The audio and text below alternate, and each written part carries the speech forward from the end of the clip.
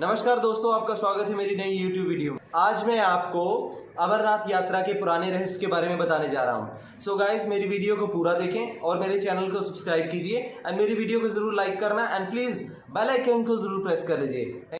सो आइए जानते हैं अमरनाथ यात्रा के पुराने के रहस्य के बारे में। चलिए गाइस, नमस्कार दोस्तों, आइए अमरनाथ की अमर कथा का रहस्य जानिए। बिना स्किप किए इस वीडियो को पूरा जरूर सुनिए।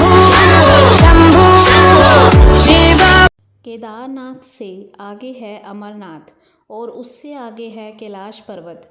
कैलाश पर्वत शिवजी का मुख्य समाधिस्थ होने का स्थान है, तो केदारनाथ विश्राम भवन हिमालय का कण कण शिव शंकर का स्थान है।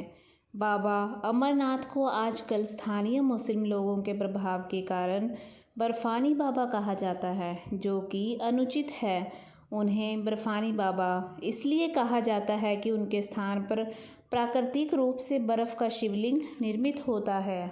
शिवलिंग का निर्मित होना समझ में आता है, लेकिन इस पवित्र गुफा में हम शिवलिंग के साथ ही एक गणेश पीठ व एक पार्वती पीठ भी हिम से प्राकृतिक रूप में निर्मित होता है। पार्वती पीठ ही शक्तिपीठ स्थल है। यहाँ माता सती के कंठ का निपात हुआ था। पार्वती पीठ 51 शक्तिपीठों में से एक है। यहाँ माता के अंग और अंग भूषण की पूजा होती है। ऐसे बहुत से तीर्थ हैं जहाँ प्राचीन काल में सिर्फ साधु संत ही जाते थे और वहाँ जाकर वे तपस्या करते थे, लेकिन आजकल यात्रा सुविधाएं सुगम होने के चलते व्यक्ति कैलाश पर्वत और मानसरोवर भी जाने लगा है। ये वे स्थान हैं जो हिंदुओं के लिए सबसे महत्वपूर्ण हैं। इस पवित्र गुफा में भगवान शंकर ने भगवती पार्वती को मोक्ष का मार्ग दिखाया था। इस तत्वज्ञान को अमरनाथ के नाम से जाना जाता है, इसलिए इस स्थान का नाम अमरनाथ पड़ा। यह कथा भगवती पार्वती तथा भगवान शंकर के बीच हुआ संवाद है। यह उसी तरह है जिस तरह कृष्ण और अर्जुन के बीच संवाद हुआ था। सती ने दूसरा जन्म हिमालय राज्य के यहाँ पार्वती के रूप में लिया। पहले जन्म में वे दक्ष की पुत्री थी और दूसरे जन्म में वे दुर्गा बनी। एक बार पार्वती जी ने शंकर जी से पूछा, मुझे इस बात का बहुत आश्चर्य है कि आपके गले में नरमुंडों की माला क्यों है। भगवान शंकर ने बताया, पार्वती, जितनी बार तुम्हारा जन्म हुआ उतने ही मुंड मैंने धारण किए हैं। पार्वती बोली, मेरा शरीर तो नाशवान है, मृत्यु को प्राप्त होता है, परंतु आप तो अमर हैं। इसका कारण बताने का कष्ट करें, मैं भी अजर अमर होना चाहती हूँ। भगवान शंकर ने कहा, यह सब अमर कथा के कारण है। यह सुनकर पार्वती जी ने शिवजी से कथा सुनाने का आग्रह किया। बहुत वर्षों तक भगवान शंकर ने इसे टालने का प्रयास किया, लेकिन जब पार्वती की जिज्ञासा बढ़ गई तब उन्हें लगा कि अब कथा सुना देनी चाहिए। अब सवाल यह था कि अमर कथा सुनाते वक्त कोई अन्य जीव इस कथा को ना सुने।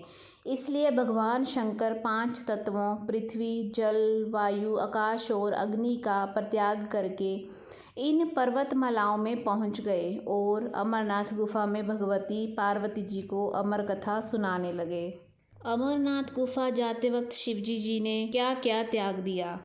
अमरनाथ गुफा की ओर जाते हुए वे सर्वप्रथम पहलगाम पहुँचे, जहां उन्होंने अपने नंदी यानी बैल का परित्याग किया। तत्पश्चात चंदनवाड़ी में उन्होंने अपनी जटा यानी केशों से चंद्रमा को मुक्त किया।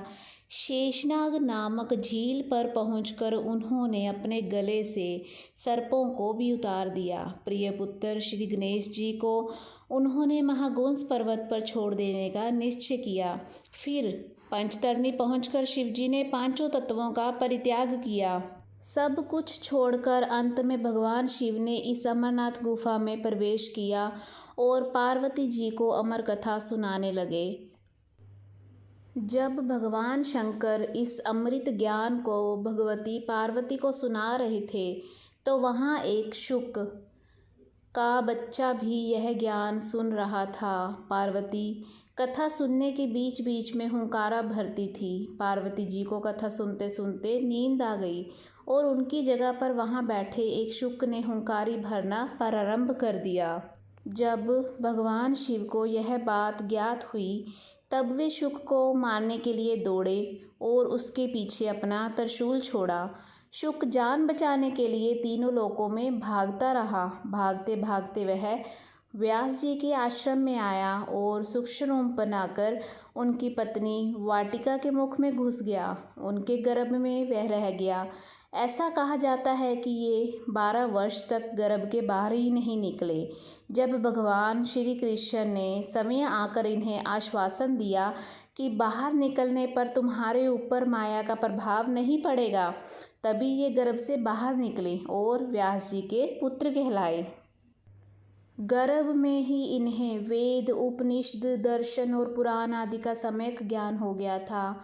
जन्मते ही श्री कृष्ण और अपने माता पिता को प्रणाम करके इन्होंने तपस्या के लिए जंगल की राह ली। यही जगत में शुकदेव मुनि के नाम से प्रसिद्ध हुए।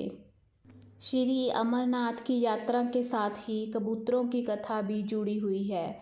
इस कथा के अनुसार एक समय महादेव संध्या के समय नृत्य कर रहे थे कि भगवान शिव के गण आपस में ईर्ष्या के कारण कुरु कुरु शब्द करने लगे। महादेव ने उनको श्राप दे दिया कि तुम दीर्घ काल तक यह शब्द कुरु कुरु करते रहो। तदुपरांत के रुद्र रूपी गण उसी समय कबूतर हो गए और वहीं उनका स्थायी निवास हो गया। माना जाता है कि यात्रा के दौरान पावन अमरनाथ गुफा में इन्हीं दोनों कबूतरों के भी दर्शन होते हैं। यह आश्चर्य ही है कि जहां ऑक्सीजन की मात्रा नहीं के बराबर है और जहां दूर दूर तक खाने पीने का कोई साधन नहीं है, वहां ये कबूतर किस तरह रहते होंगे। यहाँ कबूतरों के दर्शन करना शिव और पार्वती के दर्शन करना माना जाता है। पार्वती जी भगवान सदाशिव से कहती हैं, प्रभु मैं अमरेश महादेव की कथा सुनना चाहती हूँ। मैं यह भी जानना चाहती हूँ कि महादेव गुफा में स्थित होकर अमरेश क्यों और कैसे कहलाए। सदाशिव भोलेनाथ बोले, देवी आदि काल में ब्रह्मा, प्रकृति, स्थावर, जंगल, मनुष्य संसार की उत्पत्ति हुई। इस कर्मानुसार देवता, ऋषि, पितृ, गंधर्व, राक्षस, सर्प, यक्ष, भूतगण, कुष्मांड, भैरव, गीदड़, दानव आदि की भी उत्पत्ति हुई। इस तरह नए प्रकार के भूतों की सृष्टि हुई, परंतु इंद्र आदि देवता सहित सभी मृत्यु के वश में थे। इसके बाद भगवान भोलेनाथ ने कहा कि मृत्यु से भयभीत देवता उनके पास आए। सभी देवताओं ने उनकी स्तुति की और कहा कि हमें मृत्यु बाधा करती है, आप कोई ऐसा उपाय बतलाएं जिससे मृत्यु हमें बाधा न करे। मैं आप लोगों की मृत्यु के भय से रक्षा करूँगा। कहते हुए सदाशिव ने अपने सिर पर से चंद्रमा की कला को उतारकर निचोड़ा और देवगणों से बोले, यह आप लोगों के मृत्यु रोग की औषधि है। उस चंद्रकला के निचोड़ने से पवित्र अमृत की धारा बह निकली और वही धारा बाद में अमरावती नदी के नाम से विख्यात हुई। चंद्रकला को निचोड़ते समय भगवान सदाशिव के शरीर पर जो अमृत बूंदें गिरी वे सूख गए और पृथ्वी पर गिर पड़े। पावन गुफा में जो भस्म है वे इसी अमृत बिंदु के कण हैं जो पृथ्वी पर गिरे थे। सदाशिव भगवान देवताओं पर प्रेम न्यौछावर करते समय द्रवीभूत हो गए। देवगण सदाशिव को जल स्वरूप देखकर उनकी स्तुति में लीन हो गए और बारंबार नमस्कार करने लगे। भोलेनाथ ने देवताओं से कहा, हे देवताओं, तुमने मेरा बर्फ का लिंग शरीर इस गुफा में देखा है। इस कारण मेरी कृपा से आप लोगों को मृत्यु का भय नहीं रहेगा। अब तुम यहीं पर अमर होकर शिव रूप को प्राप्त हो जाओ। आज से मेरा यह अनादि लिंग शरीर तीनों लोकों में अमरेश के नाम से विख्यात होगा। देवताओं को ऐसा वर देकर सदाशिव उस दिन से लीन होकर गुफा में रहने लगे। भगवान सदाशिव ने अमृत रूप सोम कला को धारण कर देवताओं की मृत्यु का नाश किया। तभी से उनका नाम अमरेश्वर प्रसिद्ध